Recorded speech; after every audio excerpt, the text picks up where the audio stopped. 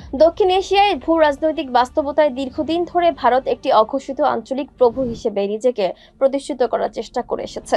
এই প্রয়াসে তাদের অন্যতম প্রধান লক্ষ্য ছিল প্রতিবেশী রাষ্ট্রগুলোর মধ্যে নিরঙ্কুশ প্রভাব বজায় রাখা, বিশেষত বাংলাদেশে। ভারত বিশ্বাস করত বাংলাদেশের রাজনৈতিক স্থিতিশীলতা, নিরাপত্তা, নির্ভরতা, অর্থনৈতিক লেনদেন এবং জ্বালানি সহযোগিতা সবকিছুই তাদের সরাসরি প্রভাবাধীন থাকবে। কিন্তু 2024-25 সালের মধ্য দিয়ে একটি মৌলিক কৌশলগত পরিবর্তনের সূচনা ঘটেছে, যেখানে ভারত নিজেদের পূর্ব নির্ভরশীল কৌশলের বুমেরাং প্রতিক্রিয়া দেখতে পাচ্ছে এবং তার কেন্দ্রবিন্দু বাংলাদেশ আর ভারতের ছোট ভাই নয়। একসময় যা ছিল দিল্লির অনুমোদন নির্ভর পররাষ্ট্রনীতি, এখন তা পরিণত হয়েছে আত্মবিশ্বাসী, স্বার্থ সংশ্লিষ্ট বহুমাত্রিক কৌশলে।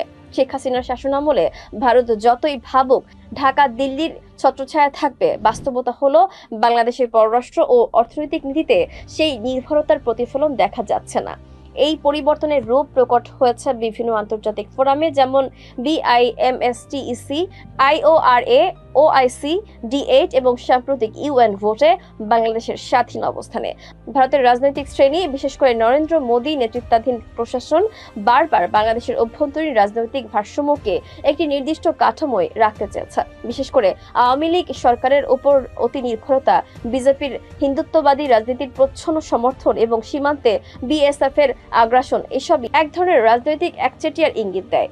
কিন্তু 2024 সালের নির্বাচনের পর বাংলাদেশ জাতির বার্তা ছিল স্পষ্ট: বাংলাদেশ কারো কূটনৈতিক অনুকম্পায় চলবে না। এই অবস্থান পরিবর্তনের ফলাফল দ্রুতই ভারতের নীতি নির্ধারকদের মধ্যে অস্বস্তি তৈরি করে। পশ্চিমবঙ্গের রাজনীতিতে বাংলাদেশি হস্তক্ষেপ বলে প্রচার, দিল্লির নীতিতে বাংলাদেশ প্রসঙ্গে স্ট্র্যাটেজিক সাইলেন্স এবং সর্বোপরি শেখ হাসিনার গৃহবন্দিত্ব এই অস্থিরতারই বহিঃপ্রকাশ। ভারত বুঝতে পারছে তারা নিজেদের অতিরিক্ত আত্মবিশ্বাসে বাংলাদেশের শক্তিশালী উত্থানকে পর্যবেক্ষণ করতে ব্যর্থ হয়েছে।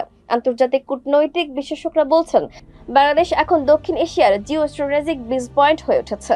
একদিকে চীনের বেল্ট অ্যান্ড রোড ইনিশিয়েটিভ, অন্যদিকে যুক্তরাষ্ট্রের ইন্ডো প্যাসিফিক স্ট্র্যাটেজি। এই দুই বিপরীত মেরুর মধ্যে অবস্থান করে বাংলাদেশ নিজের সুবিধা মতো কৌশল নির্ধারণ করছে। ভারত এই সাম্য ও ভারসাম্যের খেলায় পড়ে গেছে এক রৈখিক কূটনৈতিক ফাঁদে। তারা এখনো পর্যন্ত কেবল বাংলাদেশের সঙ্গে ব্যক্তি নির্ভর সম্পর্ককে প্রাধান্য দিয়েছে, রাষ্ট্রভিত্তিক নয়, এবং এর চরম ফলাফল দেখা যাচ্ছে শেখ হাসিনার পরিত্যক্ত অবস্থানে। বাংলাদেশের রাজনৈতিক নেতৃত্ব এখন আগের চেয়ে অনেক বেশি কৌশলগত সচেতন। শেখ হাসিনার প্রশাসন শেষ সময়ে যেমন ভারতের সঙ্গে ঘনিষ্ঠতা দেখিয়ে চলছিল, নতুন রাজনৈতিক ধারা তেমনভাবে ভারতের কৌশলিক আগ্রহে সাড়া দিচ্ছে না। চিকিৎসা, শিক্ষা, পণ্য আমদানি, রপ্তানি, ট্রানজিট সুবিধা ও সামরিক সহযোগিতা সবকিছুতেই বাংলাদেশ এখন সমতা ও স্বার্থ রক্ষার ভিত্তিতে চুক্তি করছে, যা ভারতের একতরফা শর্তের সঙ্গে সাংঘর্ষিক। দক্ষিণ এশিয়ার ভূ রাজনৈতিক ইতিহাসে 2024-25 সাল একটি মাইলফলক বছর হিসেবে চিহ্নিত হয়ে থাকবে। এই সময়কালের সবচেয়ে তাৎপর্যপূর্ণ ঘটনাগুলোর একটি হলো বাংলাদেশের কূটনৈতিক কৌশলের নাটকীয় রূপান্তর এবং ভারতের পুরনো গোষ্ঠী নির্ভর পররাষ্ট্রনীতির বিপর্যয়। বিশেষ করে শেখ হাসিনার ভারতের কৌশলগত সমর্থন হারিয়ে দিল্লিতে কার্যত গৃহবন্দী হয়ে পড়া একটি বড় প্রতীকী বার্তা বহন করে। দিল্লির রাজনৈতিক দালালি আর টিকছে না। শেখ হাসিনার শাসনামলে ভারত তাকে একক বিনিয়োগ হিসেবে বিবেচনা করে আসছিল। দিল্লির দৃষ্টিতে তিনি এমন একজন নেতা যিনি ভারতের কৌশলগত স্বার্থ রক্ষায় দৃশ্যত আপোষহীনভাবে কাজ করতেন। তিনি ভারতের জন্য সীমান্ত শান্তি নিশ্চিত করতেন, চীনের সঙ্গে সম্পর্ক নিয়ন্ত্রণে রাখতেন, পশ্চিমা সমালোচনাকে চাপা দিতেন এবং ভারতীয় পণ্যের জন্য বাংলাদেশকে উন্মুক্ত বাজার হিসেবে ব্যবহার করতে দিতেন। কিন্তু বাস্তবতা হলো, এই সব সুবিধা দেওয়ার পরও শেখ হাসিনার পতনের মুহূর্তে ভারত তাকে রাজনৈতিক আশ্রয় তো দেয়নি, বরং বিচ্ছিন্ন ও নীরবভাবে ঠেকে রেখেছে। এই ঘটনা প্রবাহের মধ্য দিয়ে স্পষ্ট হয়েছে ভারতের কৌশলগত বিশ্বস্ততা কেবল স্বার্থ নির্ভর এবং তারা সংকটকালে এমনকি ঘনিষ্ঠ মিত্রকেও বিসর্জন দিতে পিছপা হয় না। শেখ হাসিনার এই পরিণতি বাংলাদেশের জন্য এক গুরুত্বপূর্ণ শিক্ষা। ভারতের সঙ্গে সুসম্পর্ক থাকতে পারে, কিন্তু নির্ভরশীলতা নয়। এই উপলব্ধি থেকেই নতুন রাজনৈতিক নেতৃত্ব এখন ভারতের সঙ্গে বৈচিত্র্যময়, স্বার্থকেন্দ্রিক ও বৈশ্বিক ভারসাম্যপূর্ণ কৌশল নিতে শুরু করেছে। এই পরিবর্তনের সবচেয়ে বড় উদাহরণ হলো ভারতের নেইবারহুড ফার্স্ট নীতির মুখোমুখি হয়ে বাংলাদেশের স্ট্র্যাটেজিক অটোনমি ডক্ট্রিন এর আত্মপ্রকাশ। এই কৌশলে ভারত, চীন, রাশিয়া, যুক্তরাষ্ট্র, তুরস্ক, জাপান সহ বিভিন্ন কৌশলগত শক্তির সঙ্গে বাংলাদেশ একটি গ্লোবাল ব্যালেন্স গঠন করছে, যেখানে ভারতের একচ্ছত্র আধিপত্যের কোনো স্থান নেই।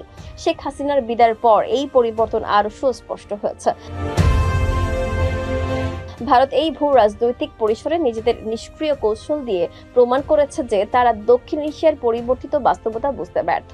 সীমান্ত হত্যা, তিস্তা চুক্তির স্থবিরতা, বাণিজ্যিক একতরফা সুবিধা, জ্বালানি নির্ভরতা তৈরি কিংবা কৌশলগত রাজনৈতিক প্রভাব, এই সব কৌশল এখন আর কাজ করছে না। কারণ বাংলাদেশের জনমত, নেতৃত্ব ও প্রতিষ্ঠান এখন ভারত কেন্দ্রিক চিন্তা থেকে সরে এসে বহুপাক্ষিক কূটনৈতিক ভারসাম্যকে অগ্রাধিকার দিচ্ছে। শেখ হাসিনার অবস্থান নিয়ে ভারতীয় রাজনীতিতে এখন এক ধরনের অস্বস্তি বিরাজ করছে। তাকে দিল্লিতে এনে হেফাজতে রাখা এবং দলীয় নেতাদের থেকে বিচ্ছিন্ন রাখা হয়েছে। এই নীরবতা কেবল দিল্লির কূটনৈতিক অক্ষমতার প্রতিচ্ছবি নয়, বরং এটি একটি স্পষ্ট বার্তা বাংলাদেশের অভ্যন্তরীণ রাজনীতিতে এখন ভারত হস্তক্ষেপ করতে পারছে না। তাদের কৌশলগত নিয়ন্ত্রণ ব্যর্থ হয়েছে এবং তারা কেবল একতরফা মিডিয়া প্রচারে সীমাবদ্ধ থাকছে। তবে শেখ হাসিনার রাজনৈতিক পতন এবং ভারতের দিক পরিবর্তনের ফলে বাংলাদেশের রাজনৈতিক ও কূটনৈতিক ক্ষেত্র নতুন সম্ভাবনার দ্বার উন্মোচন করেছে। ভারতের মিডিয়া এখনো ব্যর্থভাবে বাংলাদেশের নতুন প্রশাসনকে প্রশ্নবিদ্ধ করতে যাচ্ছে, কিন্তু বৈশ্বিক সমর্থনপ্রাপ্ত নতুন কূটনৈতিক অবস্থান সেই প্রচেষ্টা নাশাত করে দিচ্ছে। এখন বাংলাদেশ উন্নয়ন, অবকাঠামো, প্রতিরক্ষা এবং প্রযুক্তিগত অংশীদারিত্বে চীন, রাশিয়া, তুরস্ক ও মধ্যপ্রাচ্যকে ঘিরে এগোচ্ছে।